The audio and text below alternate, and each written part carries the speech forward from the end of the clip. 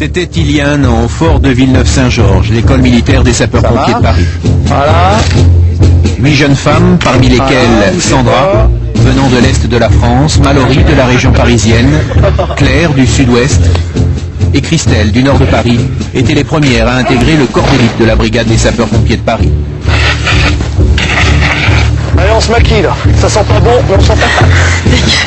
Charmante. Jusqu'à ce jour, aucune femme n'en avait fait partie. À mon commandement, garde à vous. Garde à vous, donc on se tait. Pour la première fois, des femmes allaient endurer les mêmes efforts physiques que les hommes. Si je suis pas pompier, je sais pas ce que je vais faire dans ma vie, quoi. Pour les plus faibles, la chose semblait impossible. Le gars de 90 kilos à soulever, bon, mais va bien falloir le soulever. On va se permettre de dire, bah non, je suis une femme, je peux pas. Bah non, puis moi, de toute façon, je veux pas qu'on me considère comme tel, quoi. Elles se sont accrochées. Aucune d'elles n'a baissé les bras. Moi, la seule chose qui m'inquiète, c'est qu'il faut qu'on arrête de manger. Puis moi qui suis gourmande... À force de volonté, les résultats sont arrivés. Ça va être un petit peu de louper mon premier départ. Elles ont connu le stress des premières interventions. Il est parti? Non? Ouais, c'est ça, oui, il est parti. C'est pas vrai. Elles ont combattu les préjugés machistes des soldats. Il y a un gradé qui nous a traité de salopard avec Tiffany. Il lui a dit, avec le cul qu'elles ont, franchement, c'est pas passé. Faut vous habituer à répondre. Direct. C'est reçu. Second du peloton, ça peut le faire griller.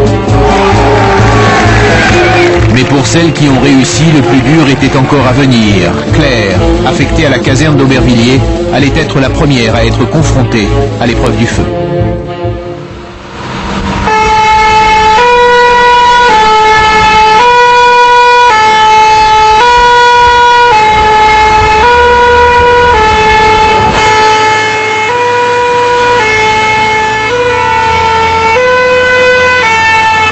Ce matin, Claire, l'une des 8 premières femmes pompiers, a été appelée avec les hommes de sa caserne sur un entrepôt en feu quand les 3 étages du bâtiment se sont effondrés sur eux.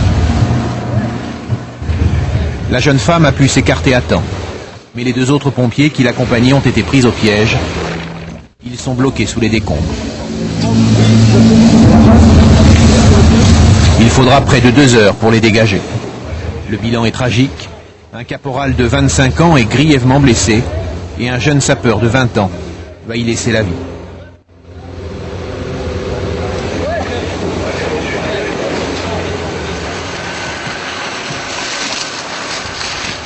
Quelques heures plus tard, le chef de centre de la caserne d'Aubervilliers, l'adjudant Ligier, découvre l'ampleur du drame avec le sergent qui accompagnait Claire au moment de l'effondrement.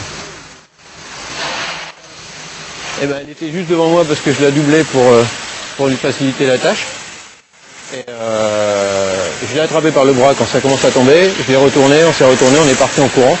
Et les pierres nous ont attrapés, en fait on s'est retrouvés projetés, elle contre la voiture, enfin à côté de la voiture et moi par ici. Aujourd'hui, je pense que bien des femmes voudront imiter Claire, elle était déterminée, comme tous les garçons. Elle s'était engagée à la brigade, comme on s'engage dans tous les corps de pompiers, connaissant bien les dangers. Et nous on leur rappelle sans arrêt. Mais bon, cette passion, ils veulent la subir jusqu'au bout et un garçon a donné ce qu'on pouvait donner de plus, il n'y a pas plus beau que et on ne peut pas avoir un message plus fort. C'est le métier le plus fort qu'on puisse faire. On va jusqu'à donner sa vie pour les autres. On ne peut pas faire plus. Hein. Aujourd'hui, c'est le chagrin, c'est tout ce qui nous reste. Puis